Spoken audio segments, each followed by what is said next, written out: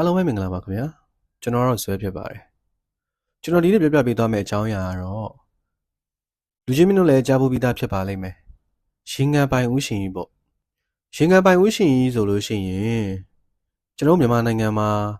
AR တိုင်းမြဝကျုံမော်ဒေတာဘက်တွေပြီးတော့ရင်ငံနဲ့နေတဲ့နေရာတွေမြစ်တဲ့နေတဲ့နေရာတွေဆိုလို့ရှိရင်ပို့ပြီးတော့ကိုးကွယ်ကြတယ်ဗျတချို့လူတွေရဲ့ပြောကြားချက်အရတော့ရင်ငံပိုင်ဥရှင်ကြီးကိုပူဇော်ပသပြီးမှသွားတဲ့ရေချောင်းလန်ခီးကပို့ပြီးတော့ဘေးရန်နေကင်းတယ်လို့ပြောကြတယ်ဗျရှင်ငံပိုင်ဥရှင်ကြီးရဲ့ငင်နာမည်ကတော့မောင်ရှင်ဖြစ်တယ်ဗျသူကပဲခူးနယ်ကစင်ရွာမှာမွေးဖွားခဲ့တဲ့လူတစ်ယောက်ဖြစ်တယ်သူ့အမေနာမည်ကတော့ဒေါ်ဖြူဖြစ်ပြီးတော့သူ့အဖေကတော့ဆုံးပါသွားပြီပေါ့လေအဲ့ဒီလုံနဲ့ပဲတရက်ကြတော့ဒေါ်ဖြူကသူ့သားလေးမောင်ရှင်ကိုရှင်ပြုတ်ပေးချင်တာပေါ့ဒါကတော့မိဘတိုင်းရဲ့ဆန္ဒပဲလေကိုသားသမီးကိုပဇင်းသက်ရဟန်းကန်ရှင်ပြုတ်ပေးချင်ကြတာပေါ့လေအဲ့လိုမျိုးဆိုတော့ဒေါ်ဖြူကလည်းသူ့သားလေးမောင်ရှင်ကိုရှင်ပြုတ်ပေးချင်တာပေါ့ဒါပေမဲ့ဒေါ်ဖြူကအခုအချိန်မှာတော့စင်ရဲနွမ်းပါသွားတဲ့လူတစ်ယောက်ဖြစ်တယ်မောင်ရှင်ရဲ့အဖေရှိစဉ်တုန်းကတော့စီးပွားရေးကောင်းတာပေါ့လေစီးပွားရေးကောင်းတော့စုမိဆောင်းမိထားတဲ့ပတ်စံလေးတွေလည်းရှိတာပေါ့ဒါပေမဲ့မောင်ရှင်ရဲ့အဖေတည်ဆုံးသွားပြီးတဲ့နောက်ပိုင်းမှာတော့တဖြည်းဖြည်းနဲ့စီးပွားရေးကျဆင်းလာတယ်စီးပွားရေးတွေပြတ်လာတယ်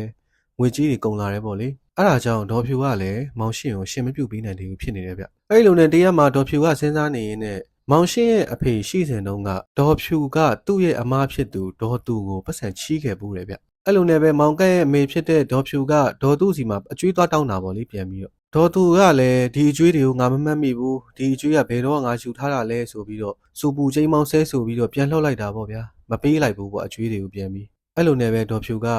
သူ့သားလေးမောင်ရှင်ကိုရှင်ပြုတ်ပေးဖို့ပတ်စံမရတော့ပြန်ဘူးပေါ့မောင်ရှင်ကလည်းပဲခူးနယ်ကစင်ရွာမှာသူကစောင်းသမားအနေနဲ့စီးပွားရှာတာပေါ့လေပွဲလန်းတပင်းဒီမှာစောင်းလေးလိုက်တီးပေးတယ်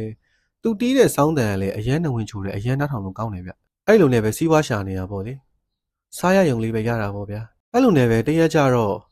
မောင်ရှင်ရဲ့အတိအပေါင်းပါမိတ်ဆွေတွေကတစ်ခုတ်တဲ့လူမျောခုတ်တဲ့လူတွေကမောင်ရှင်ကိုခေါ်ကြည့်တာပေါ့လေမောင်ရှင်ရေမင်းရှင်ပြဖို့ပတ်စံလုံးနေတယ်မလားငါတို့အခုမျောခုတ်မယ်တစ်ခုတ်မယ်မင်းလိုက်အောင်မလားအဲ့လိုမေးတာပေါ့အဲ့ဒါမောင်ရှင်ကလည်းအခွင့်ကောင်းကြုံတာကိုအခွင့်ကောင်းကြုံတော့သူရှင်ပြဖို့ပတ်စံလေးလဲစုလို့ရမယ်အဲ့လိုမျိုးတွေးပြီးတော့သူလိုက်မယ်ဆိုပြီးတော့ပြောလိုက်တာပေါ့လေအဲ့လိုနဲ့ပဲဒီလှေသမားမျောခုတ်သမားတက်ခုတ်သမားရင်းနဲ့သူလိုက်သွားတာပေါ့သူတို့တွေကဘယ်ကိုသွားတာလဲဆိုတော့မိမလကျွန်းကိုသွားတာဗျဘာလို့မိမလကျွန်းကိုသွားတာလဲဆိုတော့မိမလကျွန်းပေါ်မှာမျောတွေတစ်တွေကအရန်ပေါ်တာဟုတ်အဲ့လိုနဲ့ပဲမောင်ရှင်ကဒီလှေသမားတွေနဲ့မိမလကျွန်းကိုပါလာတာပေါ့လေလှေပေါ်မှာပါတဲ့လှေတကြီးကလည်း